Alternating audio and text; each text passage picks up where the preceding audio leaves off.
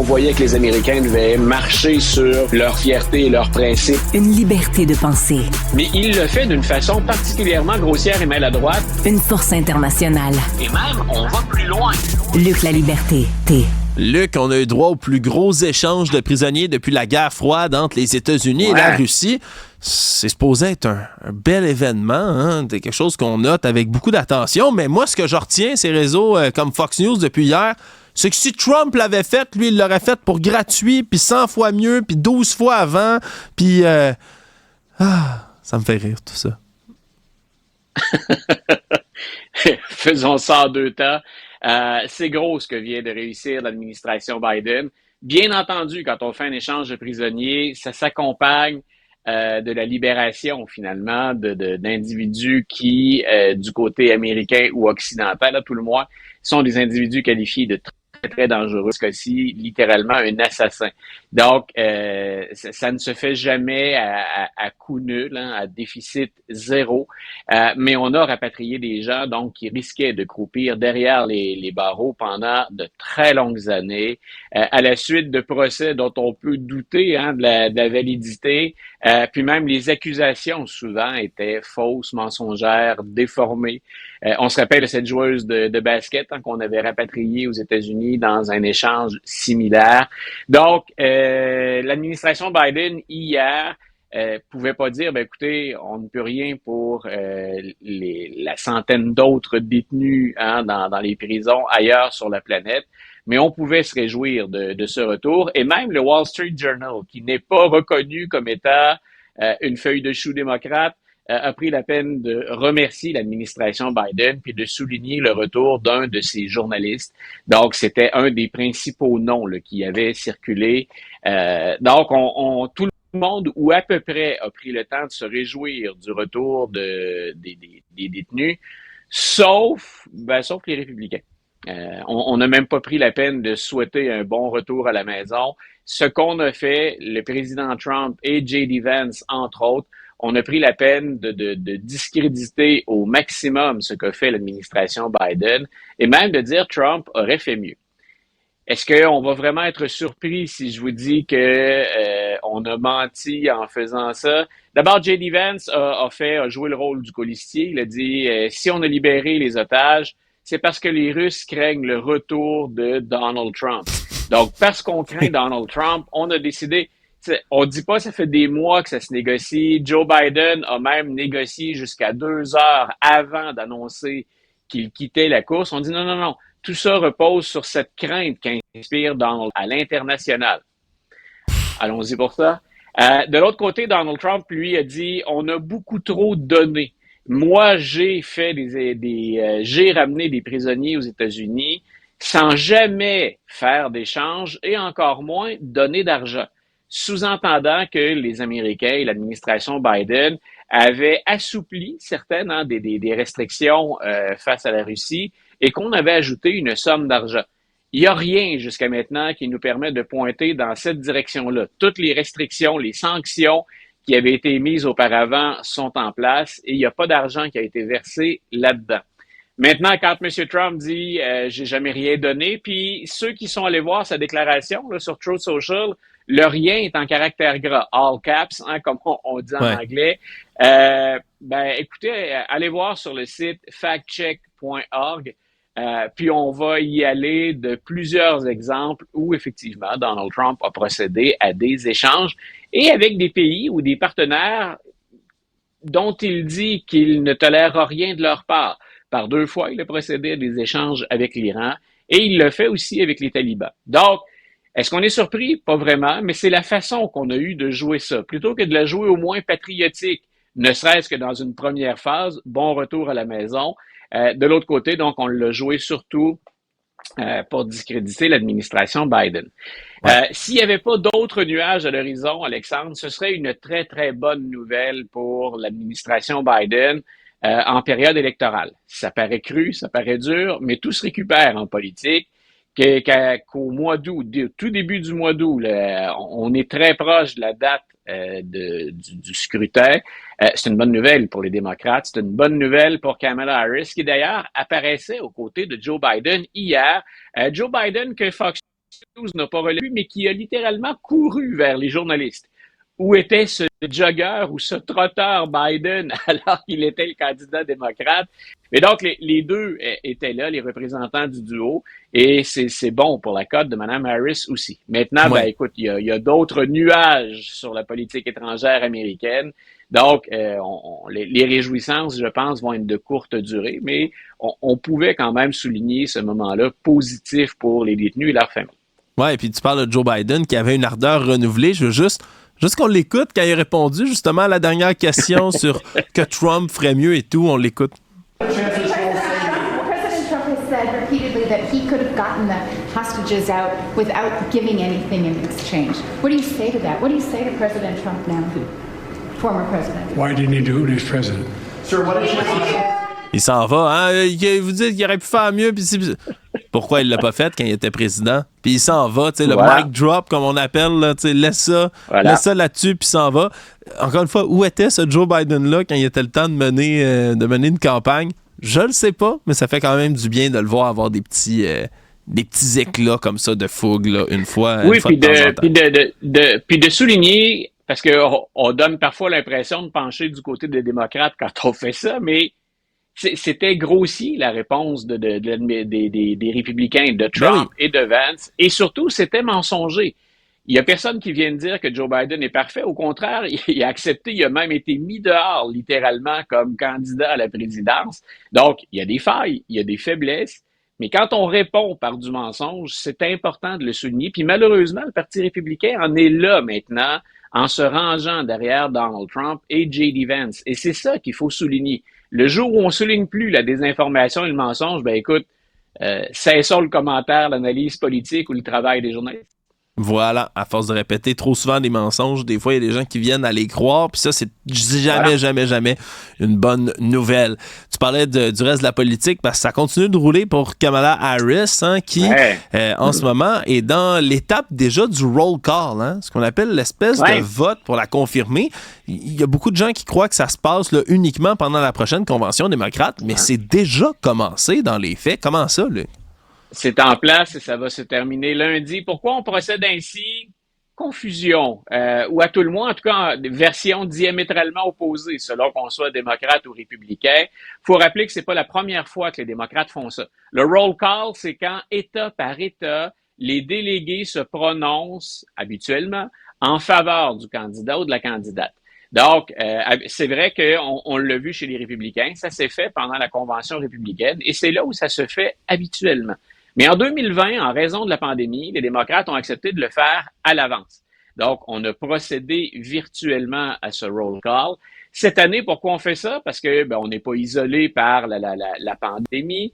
Ce qu'on a invoqué du côté démocrate, mais le gouverneur de l'Ohio n'a pas trouvé ça drôle. On a dit, écoutez, l'Ohio exige que les candidats, pour que ce soit valable, soient inscrits sur les listes officiellement le 7 août. Donc, on a dit, c'est la raison pour laquelle on va faire... Et c'était prévu avant Kamala Harris. C'est pas que lié à Kamala Harris. C'était comme ça avec Joe Biden aussi.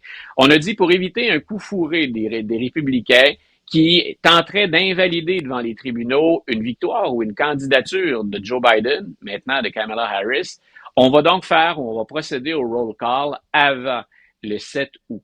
Le gouverneur républicain a dit, écoutez, tant que vous nous certifiez ça avant septembre, on va reconnaître en Ohio votre candidat, puis son colistier ou sa colistière éventuelle. Il semble que les démocrates n'aient pas cru à ça, que le gouverneur républicain ne l'ait pas trouvé drôle. Toujours est-il qu'on se retrouve donc d'ici au 7 août à avoir Kamala Harris qui est, et là, peu importe ce que disent les démocrates, couronnée comme candidate pour représenter le parti à l'élection. C'est une des choses qu'exploitent les républicains. Puis il y a un angle d'attaque, effectivement, de ce côté-là. Ce sont des affaires démocrates avec les règles démocrates. Donc, les républicains ne peuvent pas changer les règles des démocrates. Mais ils peuvent dire, comment se fait-il que vous avez retiré Biden aussi vite que ça, dans le sens où, soudainement, tout le monde s'est rangé derrière Kamala Harris. Et là, en 2 semaines, vous allez avoir un roll call, hein, vous allez avoir ce vote État par État où on va reconnaître officiellement la victoire de Kamala Harris. qu'on soit d'accord avec républicains ou démocrates, c'est un couronnement. Il n'y a pas eu d'adversaire pour Kamala Harris et tout le monde, donateur comme politicien, on s'est rangé derrière elle.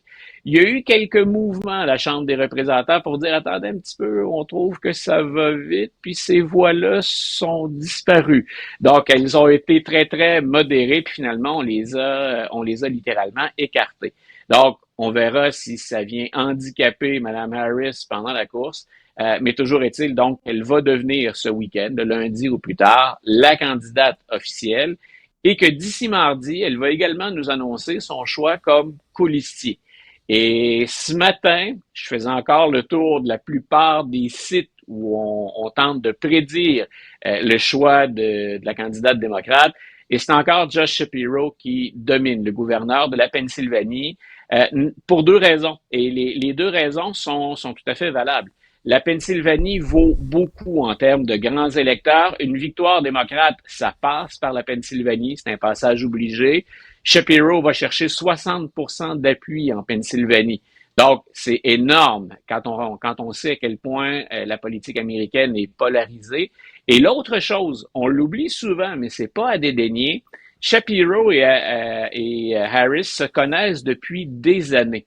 Kamala Harris, si c'est vrai qu'elle elle n'a pas une longue période avant de devenir officiellement candidate, elle n'a pas beaucoup de temps non plus pour connaître les candidats. Ça lui prend quelqu'un avec qui elle est capable de travailler.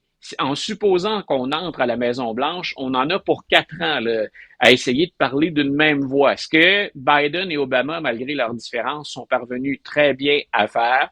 Ce que Mike Pence est presque parvenu à faire jusqu'au 6 janvier 2021. Ouais, jusqu'à ce que son propre président laisse des partisans crier qu'il faut le pendre, là, oui, oui. Oui, et en disant qu'il l'avait probablement mérité, il y a ce moment-là aussi. Donc, ça prend aussi des affinités, des atomes crochus pour faire une bonne équipe. Et là, je répète, on n'a pas de temps pour le faire. Alors, c'est là où Shapiro devient... Ce sera... Écoute, on peut pas dire, on n'a pas de boule de cristal, nous non plus, mais c'est ça qui lui confère une avance dans la course actuellement.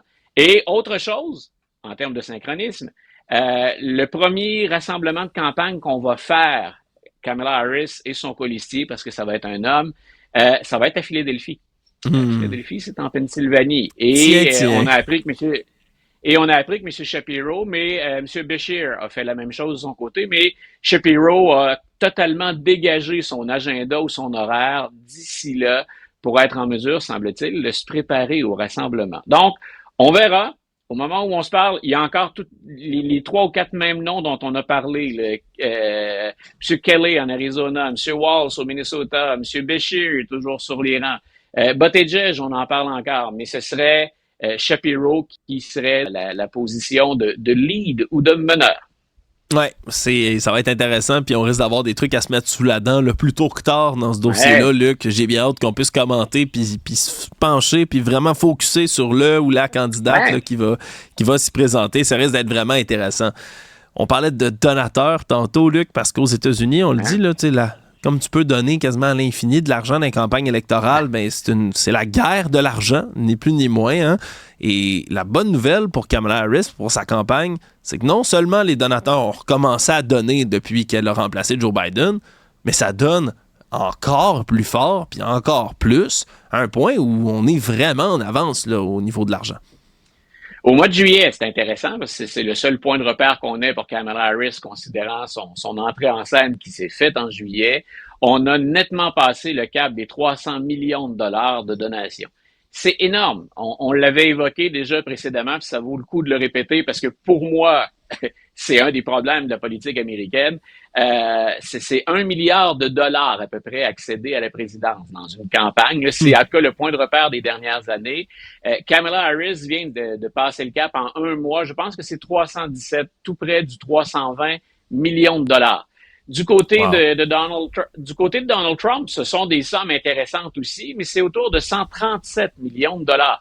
Donc, Kamala Harris a plus que doublé les contributions qu'on accorde à Donald Trump. Ça veut dire, on répète, les sondages sont encore beaucoup trop serrés pour dire qu'elle est devant. Je ne ferai pas ça, je n'affirmerai pas ça, Mais si on parle d'énergiser une base, puis de regaillardir les troupes, de leur remonter le moral, ben là-dessus, c'est mission accomplie pour Kamala Harris. Donc, en peu de temps, l'argent rentre à flot et c'est souvent le nerf de la guerre. Si on veut revenir avec des publicités, si on veut revenir avec des travailleurs sur le terrain, des organisations fortes, c'est 50 États qu'on couvre. Pas tous également, parce qu'il y en a dont le vote est incertain, donc on va investir plus là. Mais dans une guerre qui va être brutale dans les États pivots, dans une rivalité très, très intense pour le peu d'électeurs qui restent à conquérir, Kamala Harris a de très, très bonnes nouvelles pour le mois de juillet. Oui, absolument. Si on ressort de la campagne électorale puis on retourne dans les affaires courantes aux États-Unis puis les défis qui attendent Joe Biden encore, là, pendant qu'il est encore le président des États-Unis, ben il y a bien évidemment ce qui se passe au Moyen-Orient, Israël, Palestine, le Hamas. Et là, ben, les chances d'avoir un cessez-le-feu, on dirait que ça s'amenuise de plus en plus, Luc. Là. C'est quelque chose qui s'éloigne malheureusement parce qu'Israël est sous menace d'à peu près tous les pays autour, fait des frappes, que ce soit en Iran, que ce soit au Liban. C'est des pays qui acceptent pas ça, là, tout simplement en roulant sur le dos. Là. Non, ou c'est les groupes qui s'y logent ou qu'on y retrouve, qui menacent en tout cas de réagir brutalement. Ça aurait été, si on parle du bilan de Joe Biden, terminer sa présidence en annonçant un cessez-le-feu. Je pense que pour lui et pour ce qu'il va laisser comme image, c'était un peu ce dont il rêvait. Ça se doublait comme effet aussi davantage pour Kamala Harris. C'est-à-dire que, écoutez, d'abord, Kamala Harris, une des faiblesses qu'on lui reproche, c'est son peu d'expérience en politique étrangère. C'est plus ou moins vrai dans la mesure où, comme vice-présidente, elle est intervenue à l'étranger. Elle a accompagné Biden ou déjà négocié avec des intervenants sur la scène internationale, mais c'est un des atouts qu'on peut jouer ou tenter de jouer chez les républicains contre Kamala Harris. Donc, de pouvoir s'approprier un peu du succès de l'administration dans la négociation d'un cessez-le-feu, d'une situation qui soulève plein de controverses aux États-Unis, Kamala Harris aurait bien aimé ça. Mais là, ça s'éloigne. L'Iran a dit, on va frapper, on considère que c'est notre devoir de se venger. Le Hezbollah, qui est au Liban, dit nous aussi, on va se venger ou on va répliquer à ce que fait Israël. Et les Houthis qui sont au Yémen, donc on fait le tour, on entoure Israël. Donc, au Yémen, on a dit les Houthis qui sont appuyés, comme l'est le Hamas, par l'Iran. On a dit aussi, on n'exclut pas, on envisage des frappes contre Israël ou des intérêts israéliens. Donc, ça fait beaucoup de menaces qui planent sur un processus qui s'échelonne maintenant sur des mois et qui a connu toutes sortes de ratés ou de retards. Donc, autant Anthony Blinken, le secrétaire d'État, qui a multiplié les rencontres, les passages auprès de très nombreux intermédiaires que Joe Biden, pas certain si on avait, si on était le petit oiseau ou un micro caché dans la pièce quand ils discutent ensemble, pas certain qu'on parie encore beaucoup sur les chances de réussite d'un cessez-le-feu d'ici à l'élection. Ça me paraît assez clair en novembre. Mm-hmm. Puis peut-être même pas d'ici la fin de l'administration Biden, là, quand on va effectuer la passation des pouvoirs au mois de janvier 2025. Oui, il se pourrait fort bien qu'on arrive à 1 an de conflit là, depuis, par exemple, les attaques du 7 octobre, si on monte à ça. Depuis l'attaque terroriste. Oui, absolument. On risque de passer le cap des 1 an, là, la manière dont ça se profile en ce moment, ce conflit-là. Puis l'embrasement est total, puis ça semble pas vouloir se calmer non plus. Non, c'est assez inquiétant ce qui se passe. Puis c'est triste de voir qu'on n'est pas capable d'arriver à un dénouement. Je suis certain, comme tu le dis, que pour Joe Biden, ça aurait été un peu... c'est une manière de quitter la tête haute aussi, d'avoir accompli quelque chose d'autre en politique internationale, comme il a toujours aimé le faire pendant sa longue carrière. Ce qui leur reste tous les deux à Mme Harris et à M. Biden, c'est que l'argent maintenant et l'aide ont recommencé à parvenir à un rythme soutenu en Ukraine. Est-ce que ça va être assez pour avoir des nouvelles plus réjouissantes de ce côté-là? Parce que ça va être un enjeu de la campagne de la politique étrangère. Là. On va parler de l'Iran, on va parler du Proche-Orient, on va aussi parler de l'Ukraine. Donc, on espère que cette circulation plus normale ou plus rapide d'argent et de matériel vont pouvoir aider l'Ukraine à effectuer des gains ou à freiner, à tout le moins, les progrès russes dans les derniers mois. Ça aussi, ça va être un autre dossier à suivre. Luc La Liberté, un gros merci. Bon week-end!